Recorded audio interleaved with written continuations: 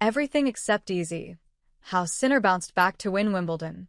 3 championship points. Jannik Sinner had been here before. Just 35 days earlier, to be exact.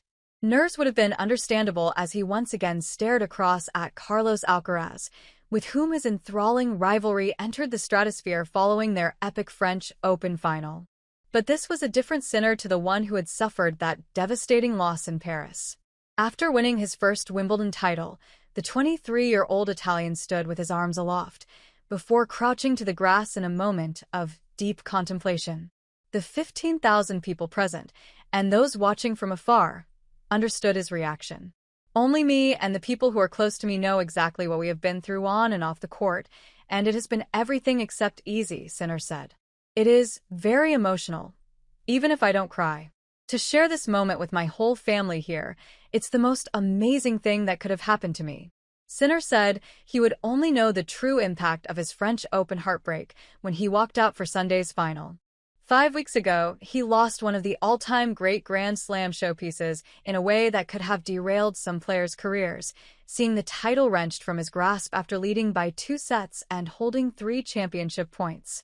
Sinner gave himself just 3 days off to process the longest French Open final, seeking out friends and family, playing ping-pong and having barbecues when he returned home, before returning to training. And then he bounced back emphatically to dethrone Alcaraz as Wimbledon champion, ending a 5-match losing streak against his main rival in the process. Today was important for many reasons. He needed that win today, Darren Cahill, one of Sinner's coaches, said. He knew the importance of closing this one out when he had the opportunity. Co-coach Simone Vagnozzi said it was tough after Paris, adding, "We are lucky to work with a guy like this with a good attitude. We are really proud of him." Sinner lost in the second round at his only pre-Wimbledon grass court tournament in Halle. That defeat by Alexander Bublik was Sinner's first exit before the quarterfinals of an event in 20 months and remains his only loss to someone other than Alcaraz in the past 11 months. But something appeared to have clicked on his arrival at Wimbledon. After what Cahill described as an awesome practice week, he won 9 successive sets for the loss of just 17 games in his first 3 matches. But as he posed with his trophy on Sunday evening, it was easy to forget that Sinner came within 4 games of a shock exit. He was 2 sets down against Grigor Dimitrov in the 4th round and struggling before the Bulgarian suffered a match-ending injury. Sinner also injured his elbow in a fall during the match, but he withstood the lingering discomfort to dismiss American 10th seed Ben Shelton and 7-time champion Novak Djokovic in straight sets to reach the final.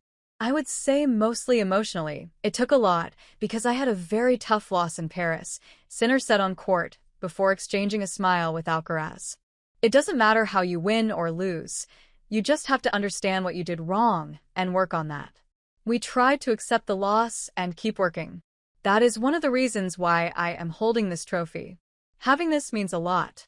Sinner has also had to overcome challenges off the court. Such has been the consistency he has shown over the past 12 months. Sinner has kept hold of the world #1 ranking despite serving a 3-month doping ban earlier this year. Sinner accepted the ban after the World Anti-Doping Agency found he did not intend to cheat, but still bore responsibility for the negligence of members of his team after he twice tested positive for banned substance clostebol in March 2024. That ban was served between the successful defense of his Australian Open title in January and the French Open, now the only trophy separating him from becoming just the 9th man to achieve a career Grand Slam. Wimbledon women's champion Iga Swiatek also served a 1-month ban after testing positive for heart medication trimetazidine, which the International Tennis Integrity Agency, ITIA, accepted was caused by contamination. Cahill previously described Sinner as being worn down physically and mentally by the investigation. His year has been challenging for everybody involved, Cahill said on Sunday. The person that you see on the tennis court, this focus and attention to detail, is not the same guy off the court. He's a fun-loving guy who is joking around all the time and loves the company of the people around him. He's cooking, messing up stuff, making mistakes all over the place, and we're laughing about it.